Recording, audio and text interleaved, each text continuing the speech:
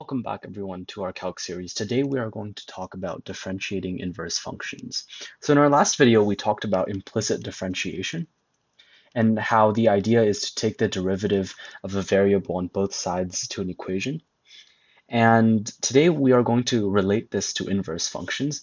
And I'm not going to talk too much about what inverse functions are because it's more of a pre-calc concept. But just as a reminder, the idea is if g is f's inverse function, so if you have a function f of x and you have g of x is equal to f negative 1 of x, and obviously f negative 1 of x does not mean 1 over f of x, although it could be, but it does not mean uh, 1 over f of x.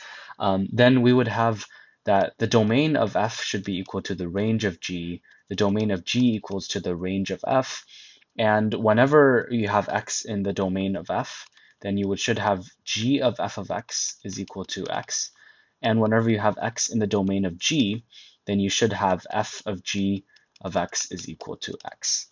So these are some properties of inverse functions.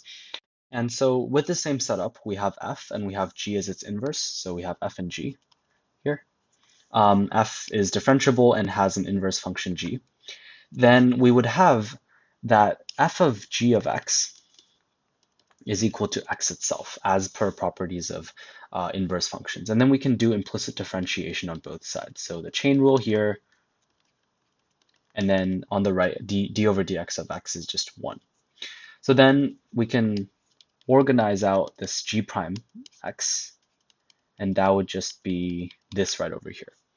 So g prime of x is the derivative. So this is the derivative of the inverse of f, right? And here we have another way of writing this. So here for a specific fa equals b, if we want to find g's derivative at b, so because for f, b is an output, for g, b would be an input. So the derivative at b, we can write like this, according to this general formula. Then this, we can rewrite here, this gb would be equal to a, because f of a is equal to b, so gb equals a. So this is another way of writing this. This is an alternate form, and this is like far less well known than this. So I would say just know this right over here. Okay, so given y equals x cubed is differentiable and has an inverse on its domain, then find f negative 1 prime 1 by interchanging y and x. So the idea of this is that one way to find, so sorry, let me rewrite this real quick, f of x equals x cubed. One way of finding the inverse, to find inverse, given that the inverse exists, would be to interchange y and x. So for example, here with y equals x cubed, what we would do is we would interchange them and we would solve for y like this. So then this here would be our new inverse function. So this, the cube root of x is the inverse function. So in general, you can just interchange y and x and then solve for y. And that y is the new inverse function. Okay, so this is our inverse function, and we can find the derivative of this. So we're taking the derivative of this f negative 1, or the inverse function of f, and that would be as per the power rule. So this is x to the 1/3. The power rule would give that this is 1/3 times x to the negative 2/3. So now we can just plug in f of x equals 1, and that would become 1/3. And so on the test, notice, please do not write this is equal to 1/3, because you haven't made it clear that you're looking at x equals 1, and this is a general expression. So this would be completely wrong. Okay, so this is part 1. So we have found the derivative of an inverse by finding the inverse itself. But the problem with this is that you can't necessarily find the inverse for every function. So for example, if I gave you f of x is equal to x e to the x, it would be quite difficult to find the inverse function of this. So this is method one, and now we're going to use the inverse function theorem that we have just derived. And this is going to look like this. So f negative 1 derivative of 1 at 1 is equal to 1 over f of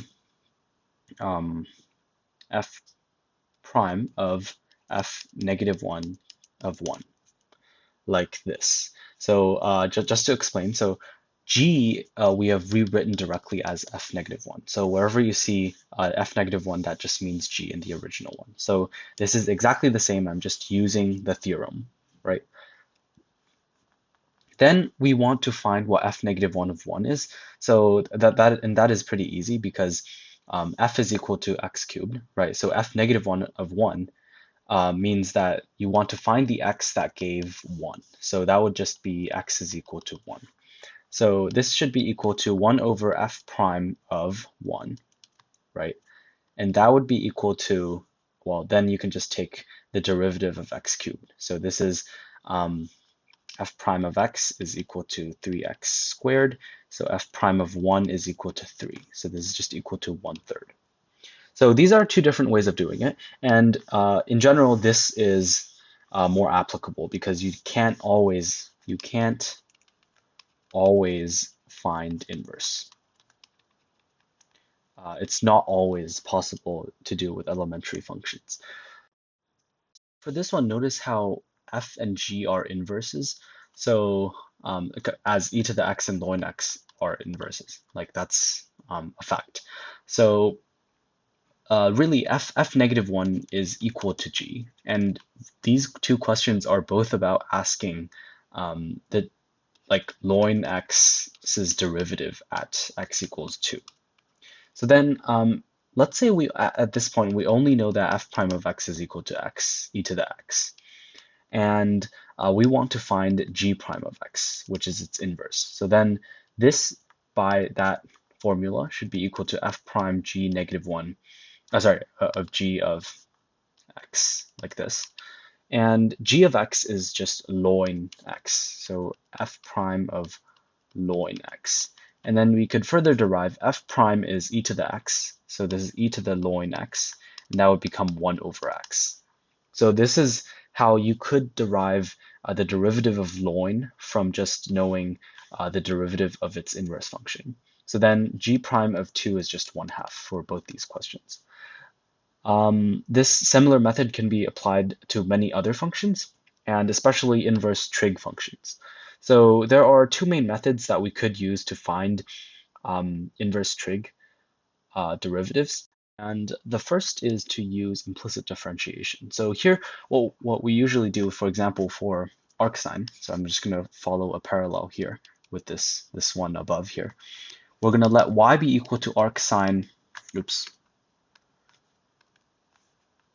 arcsine x, and that would be equivalent to